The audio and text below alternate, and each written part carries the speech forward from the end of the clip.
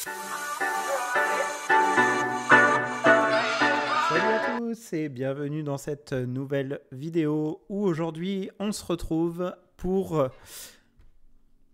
Je sais que vous étiez assez nombreux à être impatients de voir la suite et je vous propose du coup dans cette vidéo de continuer donc la suite de vidéos de tutoriels sur la mise en place d'une API avec Adonis.js.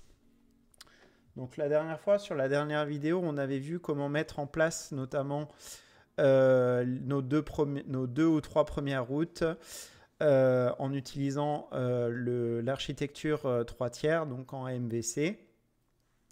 Donc une architecture de base pour généralement des systèmes, des applications back-end. Et on avait mis en place notamment donc du coup une base de données avec des animaux où on avait fait une liste et l'affichage d'un animal en particulier. Aujourd'hui, je vous propose donc de découvrir plusieurs thématiques.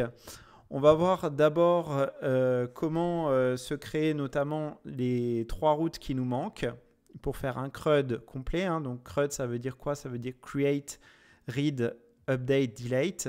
À savoir donc du coup la possibilité d'avoir une ressource complète pour gérer nos animaux. Donc on va voir notamment les méthodes create, update et delete, comment les mettre en place à ce niveau-là. Enfin, on verra aussi au passage aussi comment se mettre en place un petit environnement de test pour tester tout ça. En utilisant l'outil qui s'appelle Bruno, donc Bruno comme le prénom. Que j'affecte particulièrement lorsque je dois faire des tests sur des API. Alors on va commencer tout de suite par ça. Donc je vais ici me démarrer mon petit outil Bruno. Voilà, donc je le lance. Quand vous arrivez sur l'outil Bruno, qui n'est autre qu'un outil open source pour pouvoir créer des API, on va se créer une petite collection. Voilà, on va lui donner un nom. Donc nous, on va l'appeler par exemple ici Animals API Adonis.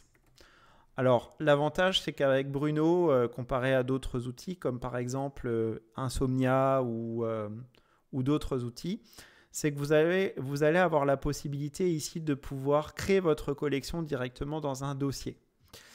Pour le peu que ce dossier-là, vous le mettiez exactement dans le même dossier que votre repo, qui contient donc vos sources de votre code Adonis, vous allez pouvoir préciser le chemin de destination sur votre repo et à ce moment-là, l'avantage c'est que vos tests seront directement indexés, versionnés avec votre code.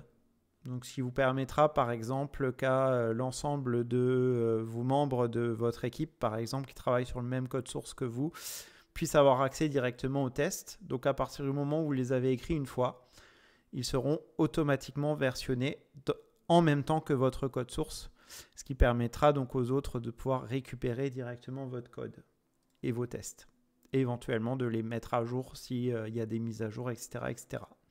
Donc ça, c'est plutôt pratique. Alors moi, dans mon cas de figure, je ne vais pas les versionner avec mon repo, même si je pourrais le faire, bien entendu. Je vais les mettre dans un simple dossier. Donc ici, on va se créer un petit dossier. On va l'appeler Animals API Adonis. Voilà, pour que je vous montre de bout en bout comment faire. Je choisis la destination et je fais Create. Il faut bien sûr, bien entendu, systématiquement, à chaque fois que vous créez une collection dans Bruno, il faudra toujours y préciser une location. C'est obligatoire. Une fois que c'est créé, je vais pouvoir commencer par, déjà, d'une part ici, me lancer ma petite application. Parce que si elle n'est pas lancée, bien évidemment, je n'aurai pas la possibilité de la tester. Donc ici, on va se faire tout simplement un petit coup de npm run dev pour lancer le serveur de développement. Ensuite, on va se rendre sur l'outil Bruno et dans notre collection Animals API Adonis, on va se créer des nouvelles requêtes. la première requête qu'on va se faire, on va la nommer liste des animaux. Et ici, on va lui mettre ici dans l'URL. Hein, donc là, vous avez plusieurs possibilités, soit du get, soit du post, soit du put, soit du get, soit du patch. Donc là, ici, c'est une route de type get. L'URL en question, c'est toujours sur http localhost 3333. Donc là, ici, hein, vérifiez bien le port qui est utilisé. Nous, c'est bien ça. Vérifiez aussi votre fichier de route pour savoir où aller chercher vos infos. Donc là, par exemple, moi, dans mon cas, les routes sont préfixées de /animals, / par exemple pour récupérer la liste. Donc ici, hein, c'est localhost 3333 /animals, tout simplement sur l'URL de type get. Je fais create. Je me mets soit en safe mode, soit en developer mode, peu importe. Ici, il n'y a pas forcément de différence. Et je peux donc du coup, une fois que c'est fait, lancer mon test. Et là, je constate bien que je récupère un animal. Si je regarde ma base de données en parallèle, je vous constate bien également ici un animal de ce côté-là.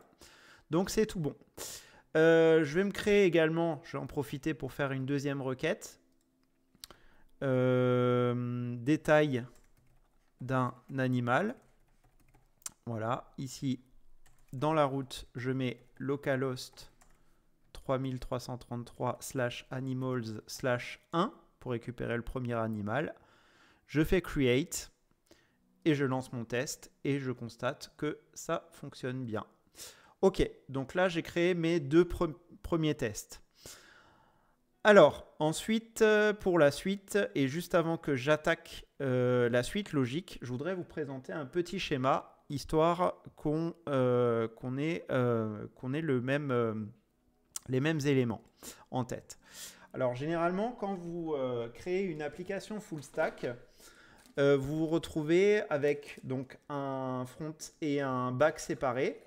Donc là, ici, dans mon cas, je vais partir du principe que mon but, ça va être par exemple de faire une application React, qui sera l'application front-end de mon application. Donc j'aurai un serveur pour mes sources React, statiques, donc du JavaScript avec du HTML et du CSS. Et mon application Adonis backend qui tournera bien évidemment sur un serveur Node. Alors, les échanges, généralement, se font comme ça. Vous avez votre application React sur laquelle on va venir, du coup, faire notre requête HTTP. Le navigateur, lui, va récupérer un formulaire HTML. Alors, pour le coup, ce sera soit un formulaire de création, soit un formulaire pour mettre à jour une donnée, ou soit, bien évidemment, un petit message de confirmation, une petite pop-up de confirmation pour pouvoir supprimer une donnée.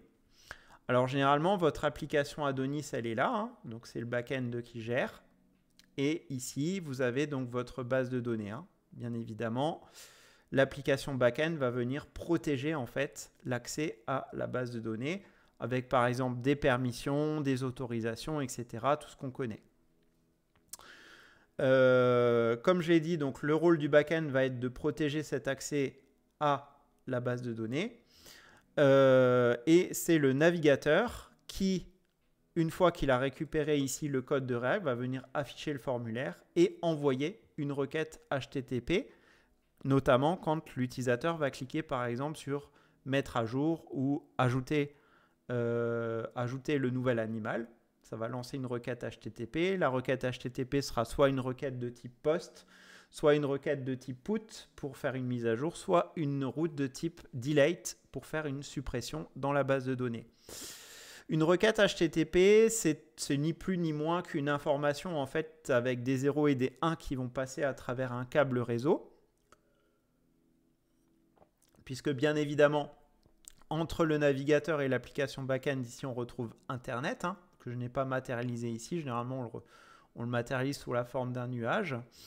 Et donc, cette requête HTTP, généralement, elle est formatée d'une certaine façon. C'est pour ça qu'on utilise le fameux protocole HTTP qui permet, bien évidemment, de formater les échanges toujours de la même façon pour que, entre le client et le serveur, on puisse parler en fait la même langue. C'est un petit peu comme quand vous parlez anglais d'un côté, la personne à qui vous parlez, elle parle également anglais, là, vous êtes capable de vous comprendre. Bah, le protocole HTTP, c'est exactement ça. Le protocole HTTP est formaté de manière à ce que vous ayez ce formatage-là, c'est-à-dire une enveloppe, en fait, à la manière comme vous enverrez par exemple une lettre par la poste, une requête HTTP, c'est une partie headers, donc la partie enveloppe, c'est-à-dire les métadonnées finalement de la requête, ainsi qu'un body qui va contenir généralement les informations qui sont transmises par le navigateur. Tout ça pour vous dire quoi? Tout ça pour vous dire que en fait, dans l'application back-end, ici, quand vous faites un contrôleur et que vous avez ici une méthode, vous avez une partie request et response. La request, c'est ce qui arrive du navigateur. La response, c'est ce qui va être envoyé en réponse au navigateur. Et dans cette request, qu'est-ce qu'on va y retrouver? On va y retrouver notamment request.body qui va se matérialiser sous la forme d'un objet et qui contiendra en fait généralement toutes les informations qui ont été saisies par l'utilisateur. Ça va être généralement le cas quand vous faites par exemple une requête de création, donc une requête de type POST. Voilà, donc quand vous manipulez ici request.body contient quoi? Il contient toutes les informations saisies par l'utilisateur au moment où il est en train d'envoyer le formulaire à notre application back-end. Ok, maintenant passons en code. La première chose que je vais faire déjà, c'est qu'au niveau de mon petit outil Bruno, on va matérialiser effectivement notre test. Alors, nous, dans notre cas, on voudra quoi? On voudra que le navigateur nous transmette donc des informations sur une requête de type POST. Donc là, on va mettre création d'un animal. Et à ce niveau-là, dans la requête, on va mettre l'URL. Donc ici, nous, ce sera localhost 2.3333/animals et en type post. Alors, vous pouvez mettre éventuellement create au bout, mais généralement, on ne le fait pas. On met juste animals, puisqu'on sait qu'on est sur une requête de type post. Ce sera généralement une création. Voilà, ça suffit largement. Ok, donc à partir de ce moment-là, voilà, vous retrouvez ça. Et si vous lancez votre test, pour l'instant, il ne fonctionne pas, c'est normal. Rien encore n'a été créé au niveau de notre application back-end. Alors, pour créer cette route-là, donc on va se rendre dans le fichier route. On va créer, bien évidemment, dans notre petite section de groupe ici, la route qui va nous permettre notamment de créer notre animal. Voilà, avec ici une méthode create. Ici, pour l'instant, ça apparaît en rouge. C'est tout à fait normal. Cette nouvelle méthode ici n'existe pas. Donc, on va s'occuper de la créer. À ce niveau-là, du coup, je vais me rajouter la petite méthode create. Alors, pour le moment, je ne vais pas choisir de me calquer sur le code qui est mis ici. Alors, vous avez plusieurs façons en fait de pouvoir récupérer vos données. Soit vous pouvez récupérer vos données de cette façon-là. Vous faites ici par exemple const body égale request.body. Et après, donc du coup, vous pouvez récupérer vos propriétés. Par exemple, ici, je vais récupérer, alors dans les propriétés que je m'attends à recevoir, je vais par exemple recevoir le name. Donc ici, si vous voulez faire un code très simple, vous pouvez très bien faire name égale body.name. Et faire bien évidemment la même chose pour toutes les autres propriétés. Ça, c'est la première façon de fonctionner. La deuxième façon de fonctionner, c'est en utilisant une déstructuration. Donc vous pouvez, vu que ça c'est un objet, vous pouvez déstructurer l'objet ici en utilisant la déstructuration en JS. Et là, à ce moment-là, vous allez récupérer name, en tout cas tous les paramètres dont vous avez besoin, donc le name, le spaces, etc. Comme ça, de cette façon-là. Deuxième façon de faire. Troisième façon de faire, vous allez pouvoir aussi faire const data égale request.only. Et à ce moment-là, en utilisant request.only, vous allez pouvoir filtrer uniquement les propriétés qui vous intéressent dans l'objet request. Ça, c'est encore une troisième façon de faire. Il y a néanmoins une problématique supplémentaire qu'il faut qu'on traite, notamment quand on fait des API REST, c'est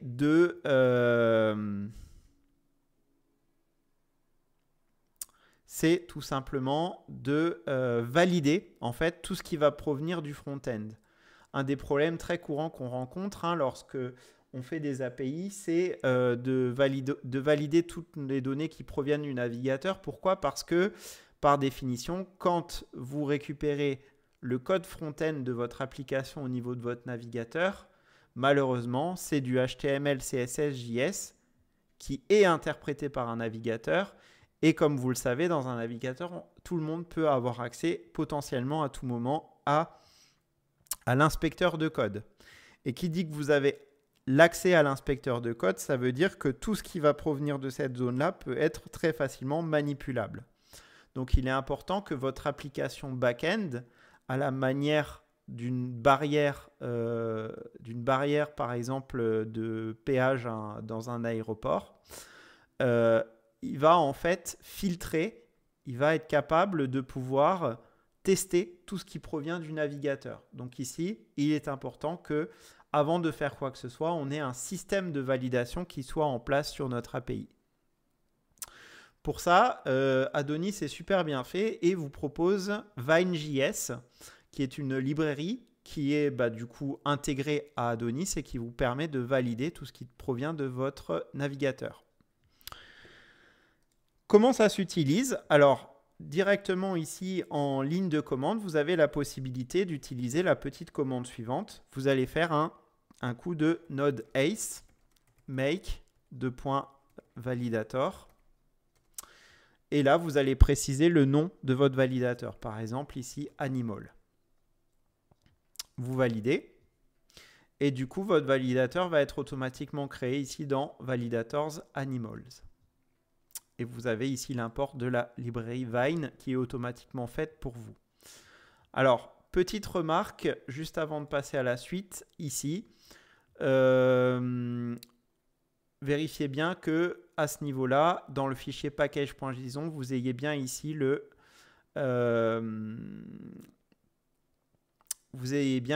la possibilité de résoudre automatiquement tout ce qui est créé dans le dossier validators.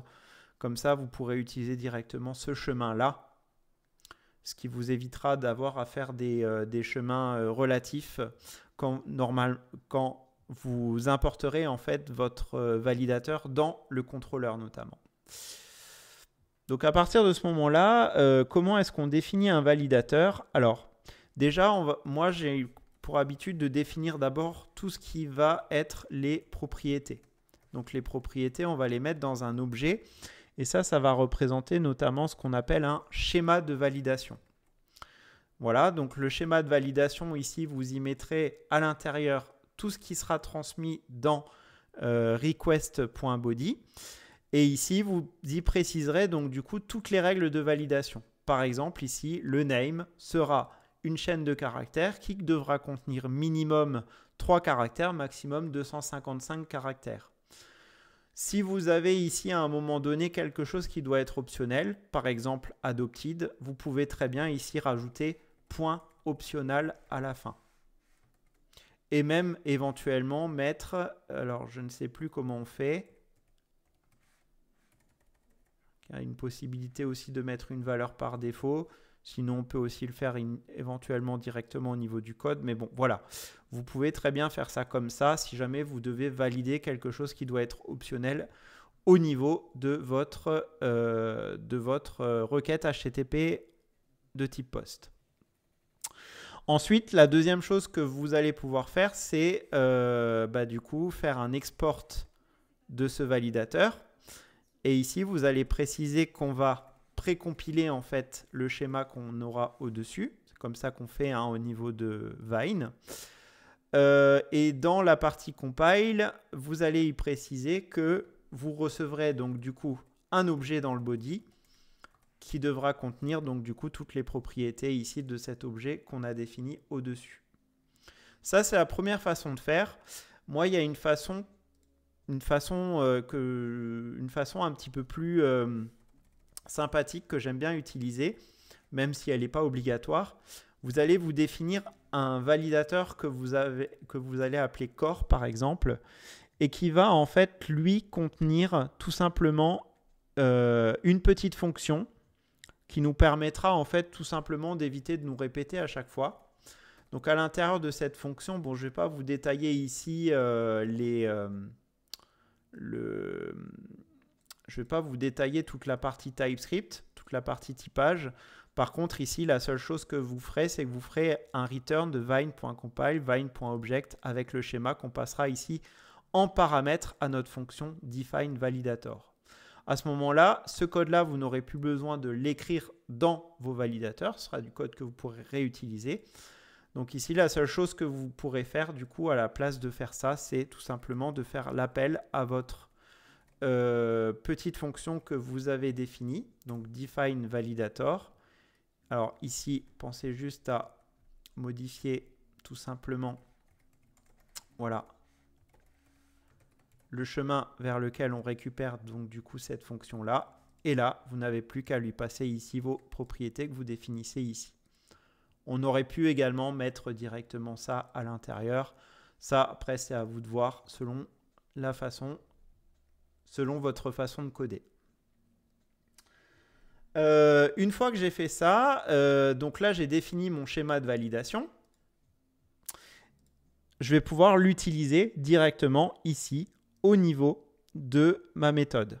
Donc pour cela, vous allez tout simplement faire const payload, payload ou data, hein, comme vous voulez. Et en fait, vous allez pouvoir donc du coup faire un await, puisque ça va être une méthode asynchrone, request.validate using. Voilà. Et là, vous allez lui passer à cette fonction-là votre petit validateur que vous avez défini ici et que vous allez importer dans ce fichier-là. À ce moment-là, votre payload ici va définir automatiquement ici un genre de une interface, on va dire, une interface TypeScript qui définira donc ici les règles, donc plutôt les types en fonction de votre schéma que vous avez ici. Donc si par exemple votre propriété adopted, vous décidez de la passer à optional, vous constaterez ici que dans votre payload, de manière automatique, ici, vous aurez le point d'interrogation avec 2 points, boolean ou undefined.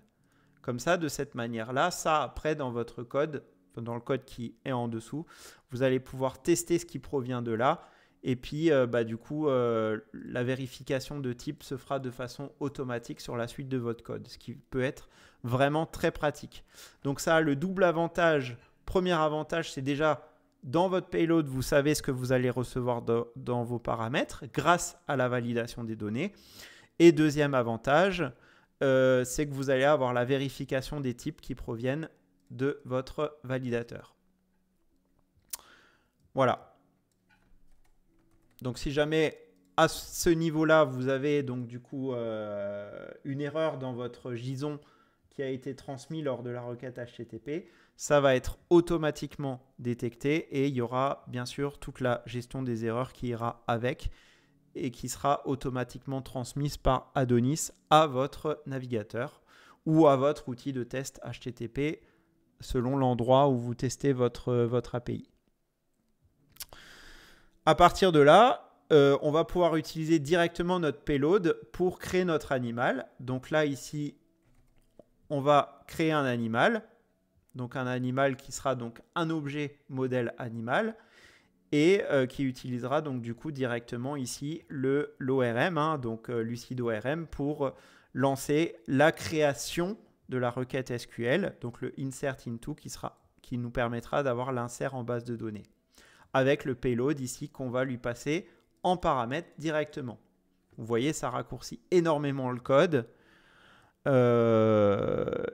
et c'est plutôt sympa.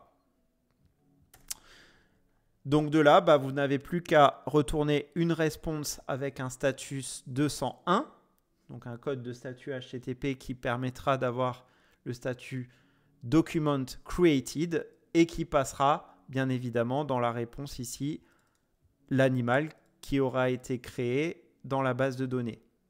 Donc l'avantage, c'est que là, vous allez récupérer notamment dans le JSON de sortie, non seulement les propriétés qu'on va récupérer ici dans le body, mais en plus, bien évidemment, les propriétés qui auront été insérées dans la base de données, à savoir ici le created at et le updated at, qu'on ne voit pas ici dans le payload. Donc ceci étant fait, j'ai plus qu'à me lancer un petit test. Donc là maintenant, si je fais un test, alors bien sûr ici il faut que je lui passe un body. Donc pour cela ici je vais reprendre ce que j'avais fait précédemment, comme ceci.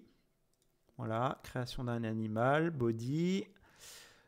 Ici on va préciser qu'on veut recevoir un body de type JSON et vous formatez ici votre petit JSON. N'oubliez pas hein, ici que dans les clés, dans votre JSON, il faut toujours que vous ayez bien évidemment les petites accolades. Hein. Si jamais j'oublie une des propriétés, on va d'abord se faire un test comme ça. J'envoie ma requête et là je constate que j'ai effectivement la gestion des erreurs sans avoir rien fait. Donc ça c'est grâce notamment à toute la gestion des erreurs qui est faite par Adonis et grâce notamment à notre validateur qu'on vient de définir.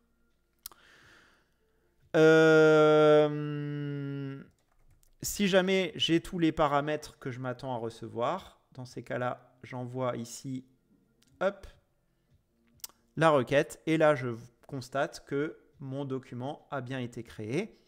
Si je remonte sur la liste des animaux, alors là, on peut constater bien évidemment aussi le created at et le updated at, ainsi que l'ID hein, qui ont été transmis. Et là, ici, si je fais liste des animaux, je constate maintenant que j'ai non pas un seul animal, mais que j'en ai bien 2 qui ont été créés. Super. C'est bon. Donc, avec ce petit code, avec, vous le constatez, 5 lignes de code, on a réussi à faire une création d'un nouvel animal en base de données.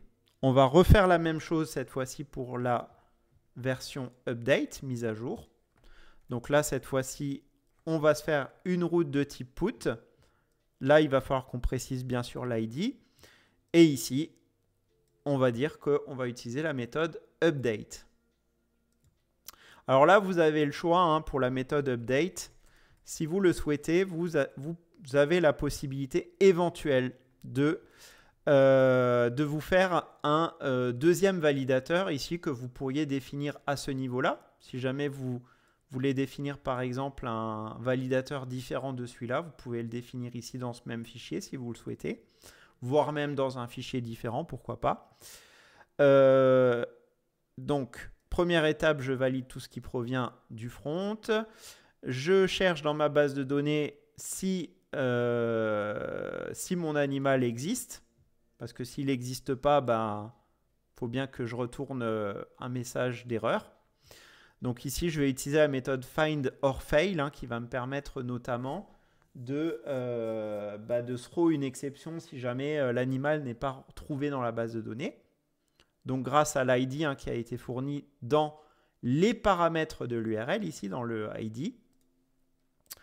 Ensuite, je vais prendre l'animal ici que je trouve dans la base de données et je vais utiliser la méthode merge qui va me permettre de prendre tout ce qui provient ici du payload, donc c'est-à-dire du formulaire HTML. Et je vais utiliser cette méthode merge tout simplement pour pouvoir faire la fusion entre ce qui provient du body de la requête avec ce qui est déjà sauvegardé dans la base de données. Ensuite, je sauvegarde mon animal et je retourne bien évidemment une response au format JSON avec l'animal qui a été modifié. Alors, on va se faire tout de suite un petit test pour vérifier que tout ça, ça fonctionne. Donc ici, je refais une nouvelle requête que j'appelle donc mise à jour d'un animal. On va le faire sur ici une requête de type put sur l'URL localhost 2.3333 /animals alors moi dans mon cas c'est 3 je crois si je ne dis pas de bêtises. On va vérifier pour être sûr, pas dire de bêtises, ouais, ID 3. Dans le body, on va reprendre exactement ce qu'on a là. On va juste changer 2-3 trucs. Donc ici, moi je veux mettre l'animal, je veux mettre à jour l'animal 3. On va mettre ici un chat modifié. On va lui mettre un âge à 10. Voilà. Donc là, vous constatez que pour le moment, son âge c'est 5 et son nom c'est un chat. Vérifiez bien que ici c'est bien put hein, et pas post. Je lance et bingo, ça m'a bien mis à jour ici le nom et l'âge. Si je refais la liste des animaux pour vérifier, on voit ici que le nom et l'âge ont bien été modifiés. Si je vais côté base de données, que je réactualise ici, bah je constate bien qu'en base de données, c'est pareil, j'ai bien 10 et j'ai bien un chat modifié ici. Super. Et on voit ici qu'entre le created at et le updated at, ici on a bien une différence de date. Hein. Donc ça a bien mis à jour celui-là aussi en même temps. Voilà. Donc super. Create, update. Voilà, c'est bon. Vous avez les deux. On va faire la dernière méthode qui consiste à faire la méthode de suppression, delete. Donc ici, on sera sur une route de type delete, en lui passant bien sûr en paramètre de l'URL l'ID de l'animal qu'on veut supprimer. On ira taper sur la route delete de notre contrôleur. Et donc ici, il ne me reste plus qu'à créer le code. Ça va être assez rapide. Donc, on fait une méthode delete.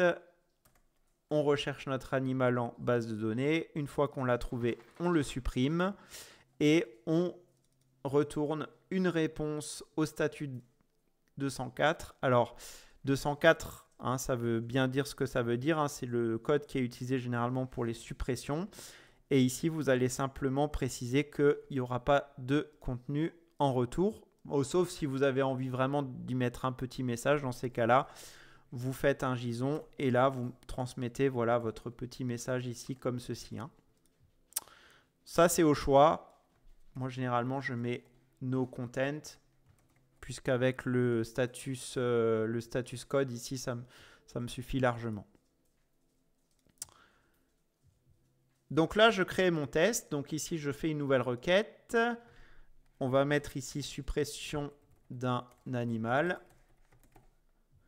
On va mettre à ce niveau-là qu'on sera sur un delete.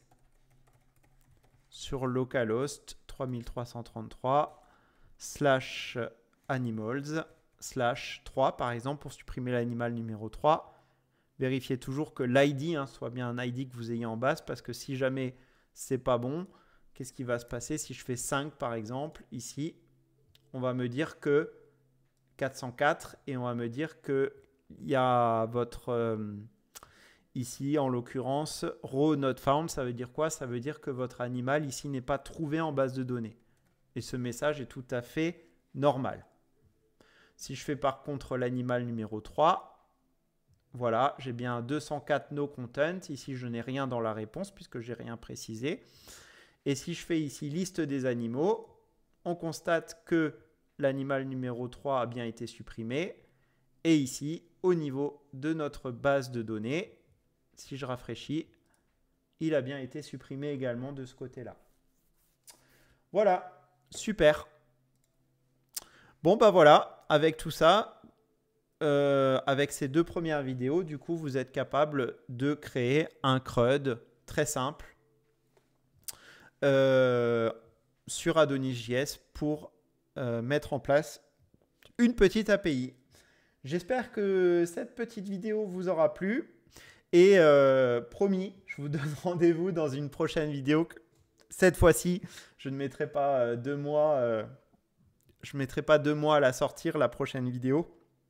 Je vais la sortir dans les prochains jours. Qu'est-ce que je prévois au programme? On verra peut-être comment mettre en place une documentation Swagger. Je vais d'abord voir de mon côté comment est-ce que je peux mettre ça en place de la manière la plus simple possible. Et je vous ferai une vidéo complète sur le sujet. On pourra voir également, si jamais ça vous intéresse, d'ailleurs n'hésitez pas à me le dire dans les commentaires, Je pourrais très bien aussi vous faire une vidéo sur comment passer sur une architecture, par exemple, avec des services.